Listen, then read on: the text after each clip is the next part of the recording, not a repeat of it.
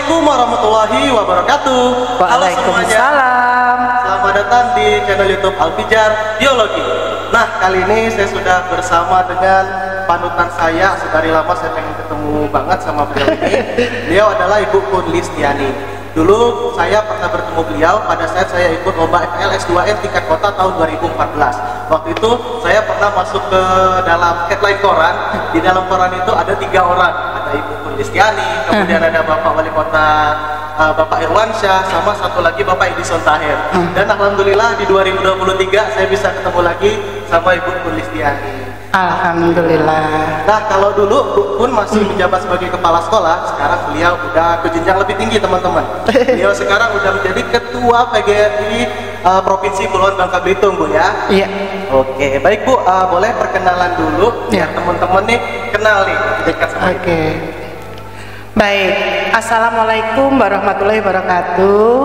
Perkenalkan, saya Pun Listiani, saat ini menjabat sebagai Ketua PGRI Provinsi Bangka Belitung.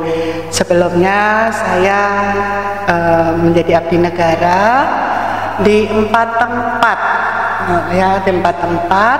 Pertama sebagai guru SMA 1, kedua di SMP Negeri 7, kemudian yang ketiga di SMA Negeri 2, lalu balik lagi ke SMA Negeri 1 Pangkal Pinang. Di tahun 2012 saya bertugas di SMA Negeri 3 Pangkal Pinang sampai dengan pensiun tahun 2022. Itulah perjalanan saya sampai dengan saat ini. Oke ya, jadi kita udah dengar tadi teman-teman dari Bu Pun, beliau semasa hidupnya itu fokus menjadi kepala satuan pendidikan ya. Jadi beliau ini adalah kepala sekolah yang sangat inspiratif sekali teman-teman ya. Bahkan kepala sekolah SMA Taman sekarang Pak Jumani itu dulu adalah pegawainya Ibu Pun Listiani. Wakil saya. Luar biasa ini ya. Oke Bu, ini saya ada beberapa pertanyaan nih Bu ya. Ibu sebagai kepala sekolah, sebagai pimpinan tentu memiliki suatu catatan nih untuk guru-guru agar lebih baik. Nah, kira-kira boleh diceritakan Bu, apa sih yang sebenarnya diperlukan untuk menjadi seorang guru itu di masa kini? Jadi gini, menjadi guru itu sebetulnya panggilan ya. Kalau kita panggilan itu pasti melaksanakan tugas itu dengan hati. Semua pekerjaan kalau dilakukan dengan hati, seberat apapun beban yang disandang seorang guru akan menjadi ringan. Tapi kalau kita melaksanakan itu tidak sepenuh hati, tidak ada keikhlasan, tidak ada kesabaran, tidak ada rasa syukur, itu terasa sangat berat. Sehingga kadang-kadang tujuan kita menjadi guru terabaikan. Karena tadi menghadapi anak harus sabar, menghadapi orang tua yang dari berbagai macam kehendak juga harus dimengerti, dipahami. Dimengerti, dipahami itu bukan diturutin ya, tapi mengerti, kita mengerti permasalahan. Jadi intinya itu, jadi bekerja itu harus dengan hati yang didasari oleh keikhlasan, kesabaran, dan rasa syukur. Jadi intinya itu kita harus bekerja dengan hati teman-teman ya. Jadi kalau dari Pak FAW kita dapat pelajaran bekerja itu harus ikhlas. Dari Bu Pun kita itu harus bekerja dengan hati ya. Kayak buku ini teman-teman. Bekerja dengan hati nurani. Oh, ya, pas bukunya di sini. Ya. Oke. Kemudian Bu, Ibu sebagai kepala sekolah tentunya pernah melihat pegawai-pegawai Ibu yang produktif, yang benar-benar luar biasa. Nah, kira-kira Bu, untuk menjadi seorang pegawai yang produktif, terutama guru nih, apa sih Bu yang harus dilakukan atau apa sih kiat-kiatnya? Ya, jadi gini, ketika saya melihat Bapak Ibu guru itu kan bervariasi ya, ada katakanlah skala itu ada skala dari skala 1 sampai 10 kan ada gitu kan, ada yang guru betul-betul mau ya, ada yang tapi tidak mampu gitu kan, ada yang tidak mau tapi sebetulnya mampu, kemudian ada yang gurunya mau dan mampu. Jadi kalau kita lihat di situ, kita harus melihat guru ini yang paling susah itu sudah tidak mampu dan tidak mau.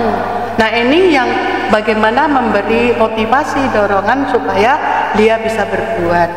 dia bisa produktif. Ini yang paling susah. Tapi kalau dia mau tapi tidak mampu, masih kita dorong bisa. Kita beri motivasi bisa. Apa sih penyebab tidak mampu itu? Oh ini. Oke, kalau begitu latihan. Kemudian kita workshop, kita pergi mungkin study tiru dan sebagainya. Itu. Oh, ada yang tidak mampu tapi mau. Nah, ini bisa berkembang lebih cepat nih. Kenapa? Dia tidak mampu tapi ada kemauan untuk belajar terus. Nah, ini kalau kita, kamu punya potensi ini ya, maka itu akan berkembang cepat gitu. Nah, kemudian yang mau dan mampu ini yang harus kita dorong. Artinya kita tidak terlalu banyak dorongan, tapi kita beri tantangan.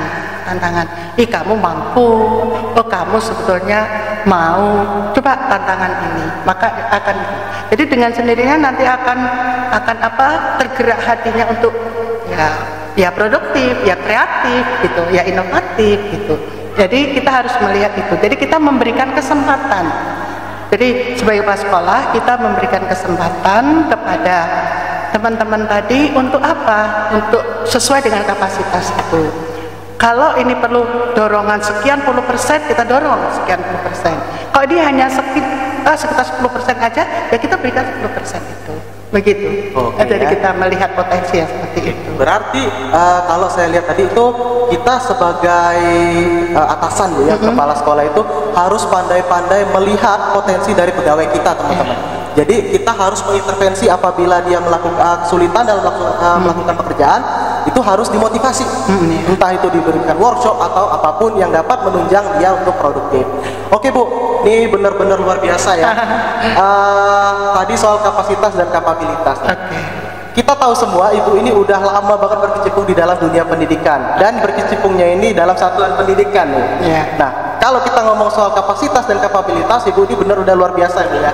Kenapa kira-kira Ibu enggak tertarik untuk menjadi kepala dinas? Jadi gini, saya ingat pesan orang tua saya. Jadi bergerak di dalam bidang pendidikan itu adalah suatu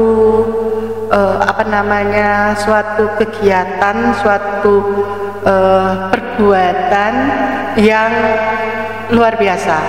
Katakanlah semua, kalau guru yang baik itu adalah guru yang mampu mengangkat murid-muridnya dalam masalah. Nah, ketika saya mengawali tugas saya pertama menjadi guru di SMA Negeri 1, saya dibenturkan oleh suatu masalah, yaitu saya punya anak, kebetulan wali kelasnya saya, anaknya tuh pinter sekali tapi tidak memiliki kesempatan untuk melanjutkan sekolah. Nah, ketika itu saya masih guru yang sangat idealis, umur saya masih 24 tahun.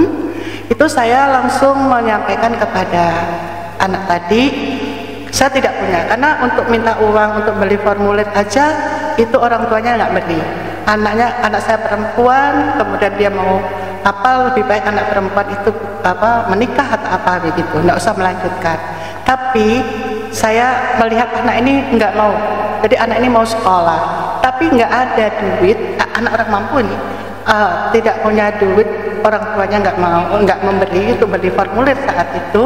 Maka saya menghimpun iuran, termasuk saya sekelas itu untuk memberikan formulir dia, karena dia sudah diterima lewat PMDK, tapi untuk ngambil formulirnya nggak ada duit di Bandung pada waktu itu, Universitas Pajajaran. Nah, akhirnya alhamdulillah saya di situ, keberadaan saya saat itu langsung terbuka.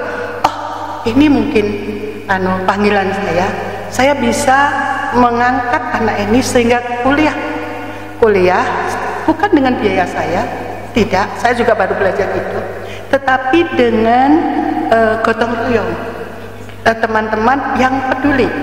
Jadi teman-teman itu peduli.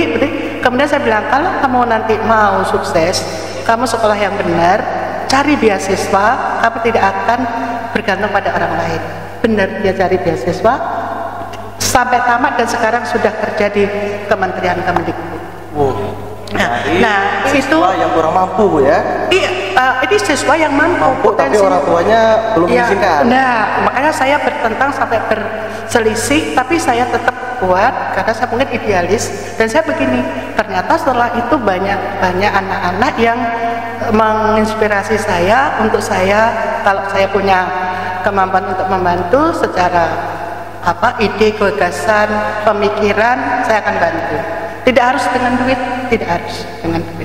Jadi alhamdulillah, maka saya tidak, karena yang bisa saat itu untuk membuat itu ya sekolah, ya pendidikan, bukan struktural, bukan itu. Jadi saya tidak ada tertarik itu, karena apa? Kita langsung bertatap muka dengan subjek, jadi dengan anak langsung. Jadi kita tahu peristiwanya, bagaimana orang tua yang kurang mampu, anaknya tiap pagi dia bangunnya datang ke sekolah telat, ternyata setelah kita selidiki dia membantu orang tuanya untuk mencari nafkah. Ada lagi setiap hari Kamis dia tidak selalu datangnya terlambat, ternyata dia menyanyi di karaoke, kenapa? Untuk bayar uang sekolah. Kemudian kan kalau orang yang nggak tahu kenapa terlambat terus gini-gini, menjaskan, ternyata kita harus mencari apa akar permasalahannya. Setelah boleh sampai kita datangi tempat karaoke untuk anak sekolah ini, nggak boleh malam, kalau bisa sore pulang sekolah gitu. Kita sampai terjun seperti itu.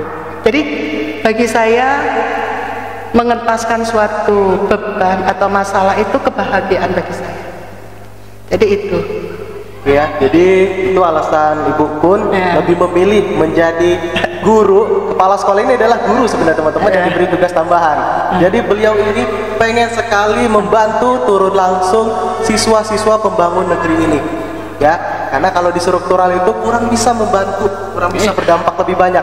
Namun dengan menjadi guru kita dapat membangun agen perubahan yang lebih baik. Iya, kalau struktural kan di kantor tidak langsung gitu kan. Kalau kita kan langsung berhubungan subjeknya. Gitu. Benar. Ini sebagai info teman-teman ya, saya ini bukan murid langsung dari Ibu Luciani, tapi saya merasa bahwa beliau ini adalah guru saya. Karena dulu 2014 saya pernah ikut lomba dan beliau ini adalah kepala sekolah di tempat penyelenggaraan lombanya. Jadi saya merasa, wah nih benar-benar termotivasi saya. Alhamdulillah ya.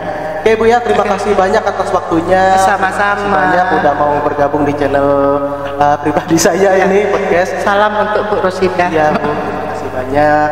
Baik, terima kasih teman-teman sudah mau menyaksikan podcast kami kali ini. Semoga ilmunya bermanfaat. Kami akhiri.